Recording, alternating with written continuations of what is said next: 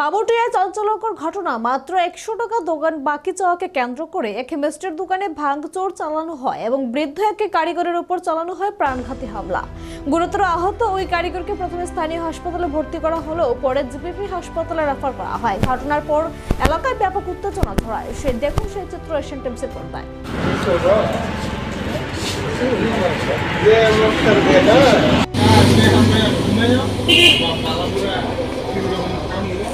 ঘটনাটি ঘটেছে এয়ারপোর্ট থানাধীন বামুটিয়া বিধানসভার তেমারিয়া সভ্যতা সংখ্যা এলাকায়। বুধবার সন্ধ্যায় স্থানীয় এক দুষ্কৃতী গৌতম রায় একটি মিষ্টির দোকানে এসে বাকি থাকা 100 টাকা চাইলে দোকান মালিকের সঙ্গে বচসা জড়িয়ে পড়ে। দোকান মালিক জানান, টাকা চাইলে গৌতম রায় অশ্রাব্য ভাষায় গালিগালাজ শুরু করে এবং মুহূর্তের মধ্যেই দোকানে ভাঙচুর চালায়। সেই সঙ্গে দোকানে কর্মরত প্রায় 50 ঊর্ধ্ব বৃদ্ধ কারিগর গৌরাঙ্গ দেবের উপর বেধড়ক মারধর করে সে। হঠাৎ এই হামলায় গুরুতর আহত হন গৌরাঙ্গ দেব। স্থানীয় লোকজন ছুটে এলে অভিযুক্ত গৌতম রায় ঘটনাস্থল থেকে পালিয়ে যায়।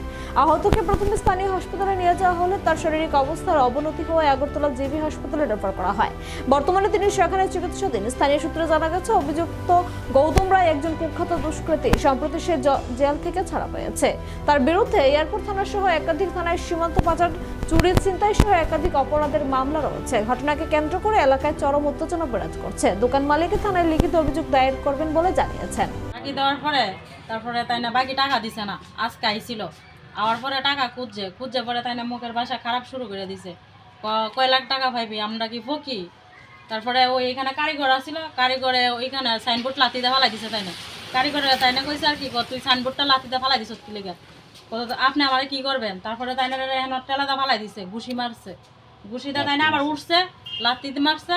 তারপর উঠছে পরে আরেকবার তাই না ঘুষিটা ফালাই দিছে। যদি তেলের কড়াইটা মেটে পড়তো তাহলে কি অবস্থা হতো? তাই না সিঙ্গারা বাজতেছে, তাই না আর উঠতে পারছে না, এখন জীবিত নিয়ে গেছে।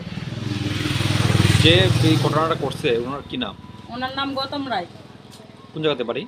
ওই যে তেপাড়িয়া স্কুলের রোডে, ওইখানে বর্ডারের সাইডে। উনি কি নিয়মিত আপনার দোকানের গ্রাহক? উনি না না, হঠাৎ আইছে, মাঝে মধ্যে আয় আর কি, সব সময় না। পুলিশ এসেছিল?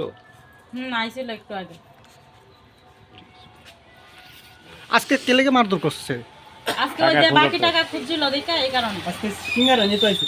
সিঙ্গারা নেওয়ার পরে আমি কইছি যে এদিন তো আপনার 100 টাকা পাইতাম, 100 টাকাটা দিবেন।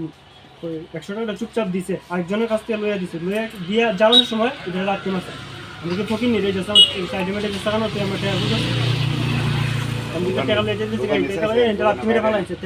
কারিগর আমি ভিতরে আসলাম, মাল দিতেছি, কারিগর আসলে না আমি কইছি এটা ফালাইছো করে তুমি রাত্রি মেটে। সে কি একাই আসলো না লগে আর কেউ আসলো? আরেকজন আসিল, তারে চিনি না। আরেকজন আসিল, দুইজন আসিল। তার সঙ্গে কি আগে তোমরা কোনো ধরনের কোনো ঝগড়া টগড়া? না না কোনো ইয়ে হইছে না। এই টাকা চাওয়াতেই আপনারা? টাকা চাওয়াতে তাই না এরকমই হবে। তার সাথে সকত দিছে না কালা দিছে, বসে পড়া দিছে। তাই না ব্যথা পাইছে প্রচুর। কোন জায়গা? চোখের এখানে ব্যথা দিছে পাইছে। পেটারি জি, এই যে তারপরে পেটের মধ্যে অনেক ঘুষি মারছে। দুই তিনটা ঘুষি দিছে। ওইটা দুইবার তিনবার ফালাই দিছে, তারপরে উঠতে পারতেছে না, এখন জীবিত নিয়ে গেছে। বয়স কেমন হইব যে লোকটারে মারছে?